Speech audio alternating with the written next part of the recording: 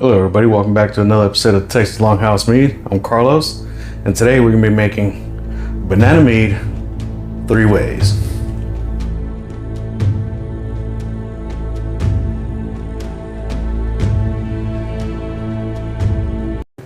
So what we're going to end up doing for this recipe is we're going to be using roughly about 2 pounds of banana, which is about 5 or 6 bananas, and then we're going to use 2 pounds of honey, so that way they're all getting the same amount of sugar, except for probably the banana water, because it's going to extract the sugars out of it.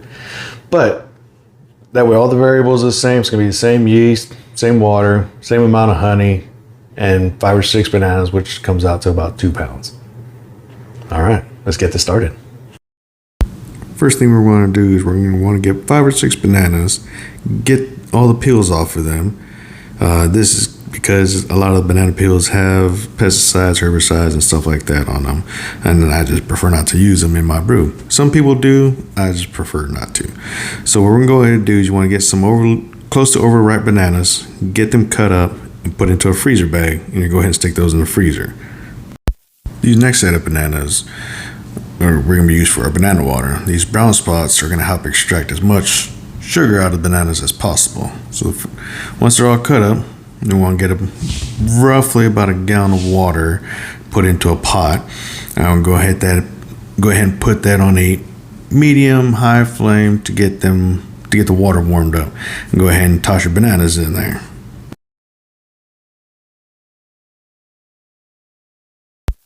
Once your water starts boiling, you're going to want to turn that down to a simmer and simmer that down for roughly 30 minutes. After the bananas have simmered for 30 minutes, you want to let them cool for a little bit. After they cool just enough, you can pour them into a bucket. Here I have a bucket that has a brewer's bag in it, so that once I extracted all the flavor from the banana, I'll be able to pull the bag out and discard the bananas without having a whole lot of mess at the bottom. You preferably want to do this pouring away from you, so that way if you spill, it's not going to pour onto you, but I wasn't thinking at the time. Like I said, I wasn't paying attention this day. I'm about to add pectic enzyme to this hot liquid, which you don't want to do. I'm fortunate enough that it actually worked out in the end because the haze actually cleared out. But pectic enzymes will help break down the cells and help extract more of the sugars, which will give you more of the banana flavor. Alright, so it's been 24 hours since the banana water been boiled down, resting. The pectic enzyme's been in there. So now we're going to put all 3 banana meads together using the same ingredients. For this, we're going to be using avocado blossom. We're going to use 2 pounds for each one. There's a gallon of water already set in each of these buckets. And we're going to be using 2 grams of K1V 1116 with 100 milliliters of water and 2.5 grams of Go-Firm. So I've already had those started. Those have been sitting off to the side for a little bit, getting activated. So we're gonna go ahead and put everything together.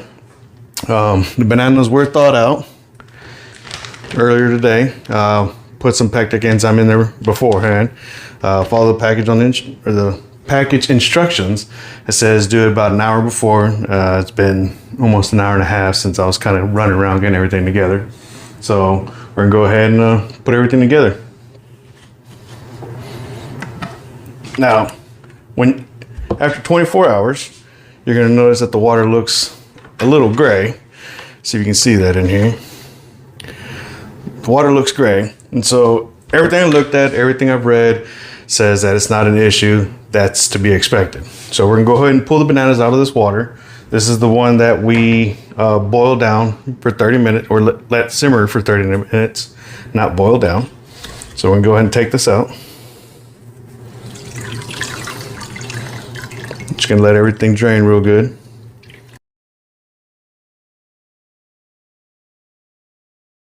All right. Took the bag, squeezed everything out real good. You want to try to get as much of the juice and everything out of the bag as possible.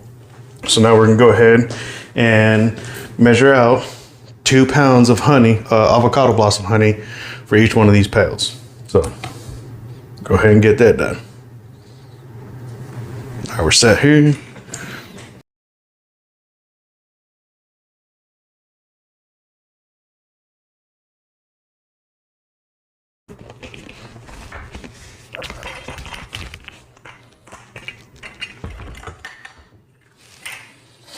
Get the next two done. The point behind these experiments, I guess you can say, is to figure out which way of using banana is the best way to get the best banana flavor. I've seen it done 3 different ways, but there's one other way that I've seen, but I didn't want to add too much complexity into just trying to make a simple banana mead. So the other way would be adding banana, boiling the bananas down, adding banana in primary, and adding banana post-fermentation as well. This way we're just doing the water during fermentation, post-fermentation. So everything's mixed together now. We're gonna label them A, B, and C. A is gonna be the bananas that were simmered down. B is gonna be the bananas that were added during fermentation, and C is gonna be the bananas that are added post-fermentation. So just to make sure it's all even playing field, I'm gonna make sure I add the staggered nutrient addition with Fermento. I'll add it over here. So that way, because the traditional, it doesn't have bananas, so it's not gonna get any nutrients or anything that come out from the bananas, because bananas can add some nutrients for the fermentation. So I wanted to make sure that way it's all even, they'll all get the same nutrients, whatever, just to make sure that the fermentation goes for all 3 of them.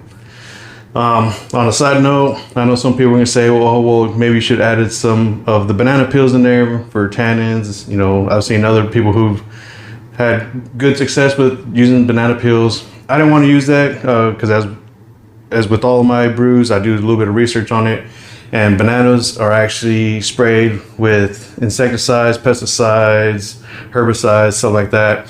While you can wash them and try to get as much of that off so it doesn't end up in the brew, I just went ahead and avoided all that, so that way it didn't become an issue, and just in case I missed something.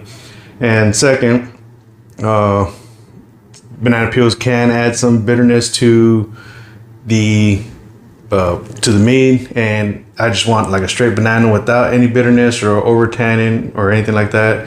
So I also do a lot of my adjustments post fermentation, so that's the reason we're doing it that way. So we're just gonna put these off to the side for a couple weeks. Again, I'm gonna use the Tosma protocols with Fermento, and we'll be back once they're done fermenting. All right. It's been 2 weeks now. Both banana meads have finished fermenting, and the traditional that we're gonna put bananas in post fermentation has also finished. The 2 banana ones finished at it's like 9 days, and the traditional finished right at 13-14 days yesterday. I let it sit overnight just to make sure it didn't change. Everything's leveled out. These 2 finished at 1.000, and the traditional stopped at 1.01213, something like that. So we're just gonna go ahead and rack it over. I'm gonna put them in the glass jugs for the time being. The 2 banana ones will go in the glass jugs, and then I have to go buy some more bananas because somebody ate them. And so for the time being, I'm just gonna put the traditional into a glass, let everything kind of start clearing out a little bit while I go get bananas, let those age and start browning, and then I'll put those in once they're ready to go. So we'll go ahead and rack this over. So right off the bat, all 3 are completely different. Of course, the traditional just looks like it's clear or lighter color. The banana water is actually a lot clearer and looks more like the traditional would. And the banana that had, or the mead that had the banana in it during the fermentation is actually still cloudy. It's actually a little bit of a lighter color. So that'll be interesting to see how the traditional turns out once we add the banana to that. But so far, they both banana ones smell exactly like banana. Haven't tasted them yet. I'm actually gonna let them sit for a little bit, fully developed, so that way we can taste them at the same time when the post-fermentation banana addition is done. So that'll be about 2 weeks. So be back in 2 weeks. Hey everybody, it's been 6 weeks since we started this experiment. It's been a week and a half since we added the bananas into the post-fermentation bucket. So we're gonna go ahead and try these now. They're all clear, everything's been leveled out, nothing has changed in the gravity readings. So we're gonna go ahead and see how everything looks, tastes, smells, and then I'll give you my overall results of which direction I would go if I was to do this. So we're gonna start off with the first one, which is the banana water. This is where we took the bananas, put them in the water, boiled them down for about 30 minutes, and then added the honey into that. So like I said in the beginning, these are all the same recipe. They're all the same weight. Roughly it's like 2.1 pounds of bananas, but they all use the same amount of honey and everything. So that way all the variables were roughly the same, except just how the bananas were added. So this one started at 1.074 and it finished completely dry at 1.000. And this is that one. It's beautifully clear, nice amber color. I get the banana aroma off of it a little bit. It's very faint because of course with anything, one, boil it down, and two, through the fermentation process, it's going to blow off a lot of the aromatics. So I get the avocado blossom honey that comes through over the banana, and so the banana is right just behind the avocado blossom, but the banana is definitely there. We're going to smell them first and then taste them.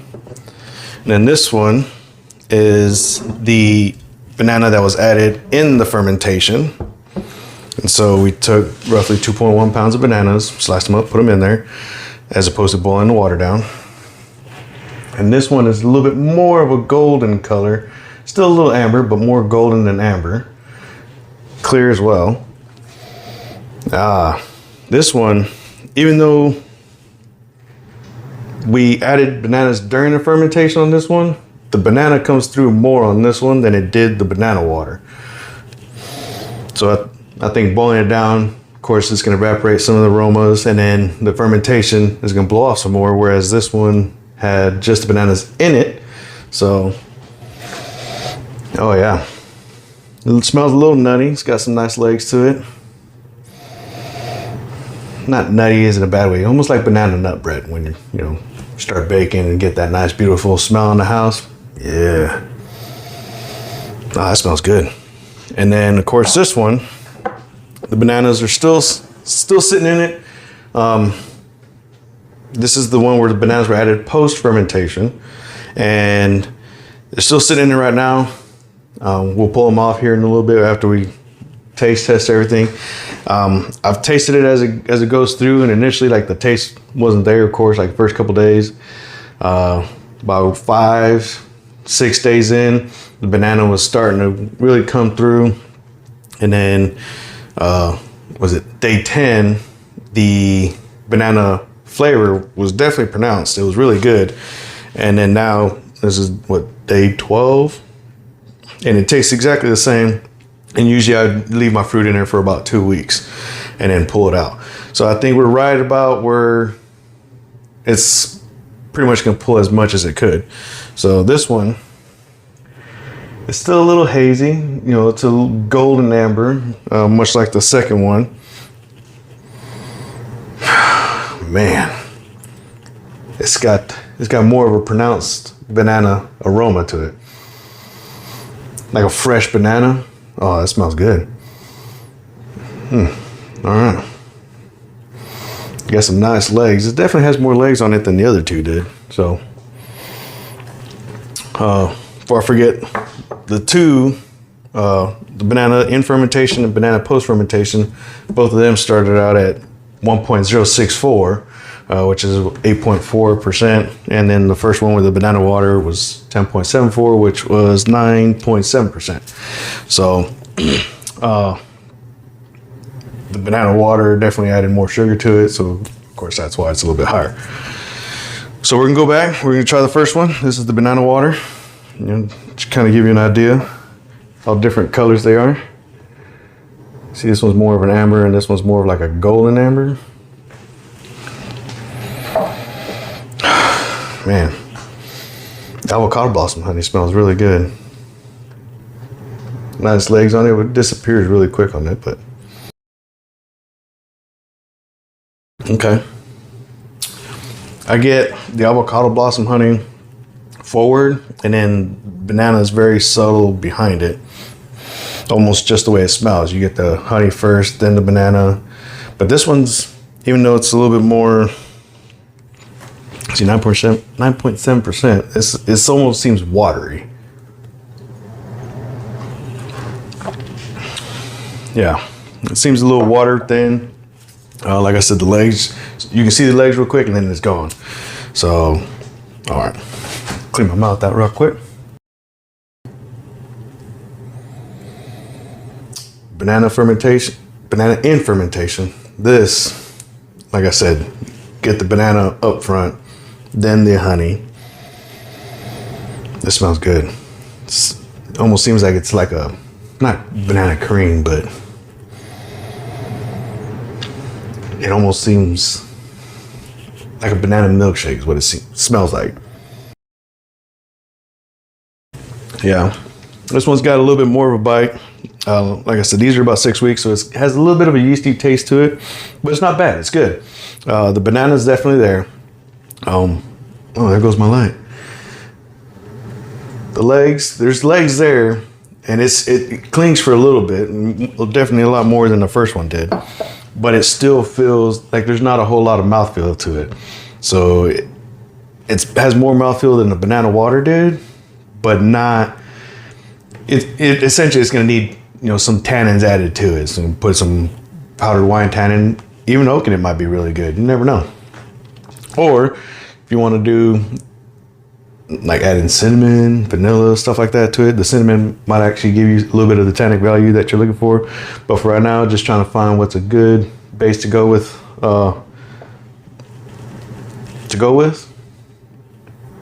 It's not bad. And now this one, the post-fermentation banana, you get nothing but banana. Still a little hazy compared to the first one. I don't know if we can see these two side by side. Yeah, still a little hazy compared to the first one. Threw some pectic enzyme into it when I put the bananas in, so that way it helped break down everything. It is sitting in a brewer's bag, so that way I can just pull it straight out and not have a whole lot of mess to deal with at the bottom. So, but yeah, this one has beautiful legs. Definitely clings to the glass. Straight banana, like you just peeled a banana, held it up to your nose. That's exactly what it smells like. Oh man. All right. Oh yeah. Mouthfeel's there. Sweetness is there. The honey comes in right behind. Like as you exhale a little bit, you get the honey flavor that comes through. Again, the avocado blossom. But yeah, the avocado with the banana. Oh yeah. Definitely a lot more mouthfeel. A lot more flavor post-fermentation. A lot more aroma post-fermentation compared to the banana in fermentation. Like I said, this one, the fermentation banana is there.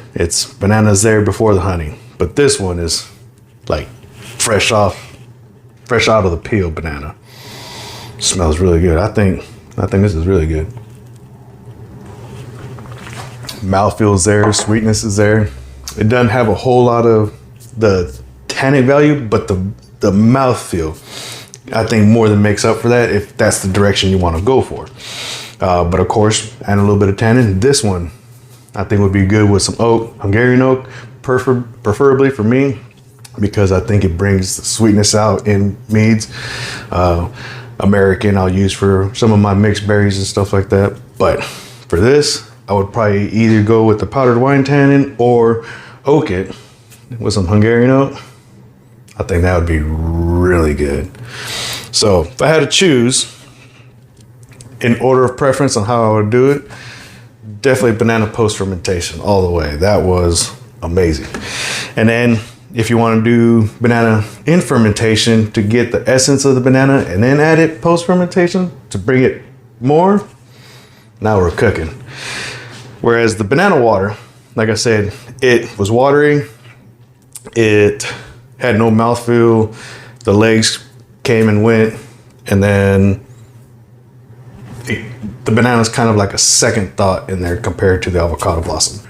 But if you want to run everything together, you can probably do all three. You can probably boil the bananas, get your sugars from the bananas and stuff like that, and then throw bananas into the fermentation, and then add an additional set of bananas post fermentation. I think that would give a good, well-rounded mead, possibly. So here we have all three mixed together. That way, the banana water, you get your sugars from it, the banana in fermentation to bring the essence of the bananas forward before you add it, and then post fermentation to accentuate the banana flavor. So let's give this a try. It's good. Smells good. Banana's definitely there. Has that yeasty smell. I think that one's from the banana fermentation.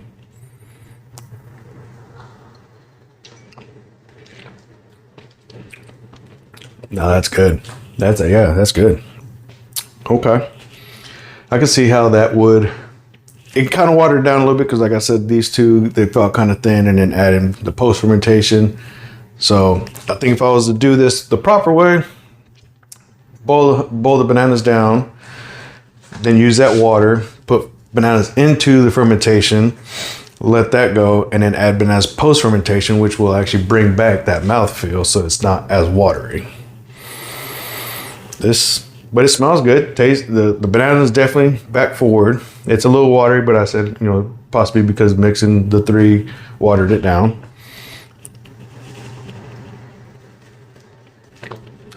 But the aroma and the flavor is definitely forward, and then you get the honey that comes in back behind it.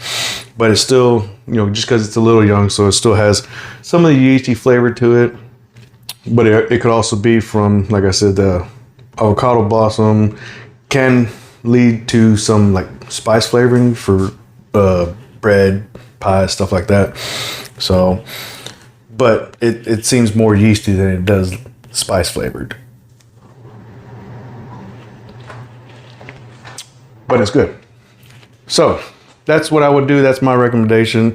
If you just want a good banana mead, not a whole lot done to it, definitely do it post fermentation.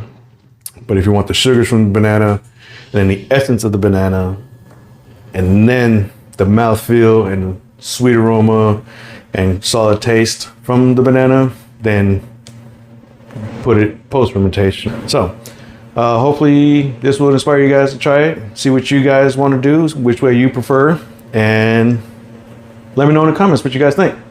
Thanks. Let's go. If you like our video, make sure you subscribe and hit the like button. Share with your friends. Also come over to our Facebook and Instagram pages and give us a like there, and stay up to date with anything and everything Texas Longhouse Mead.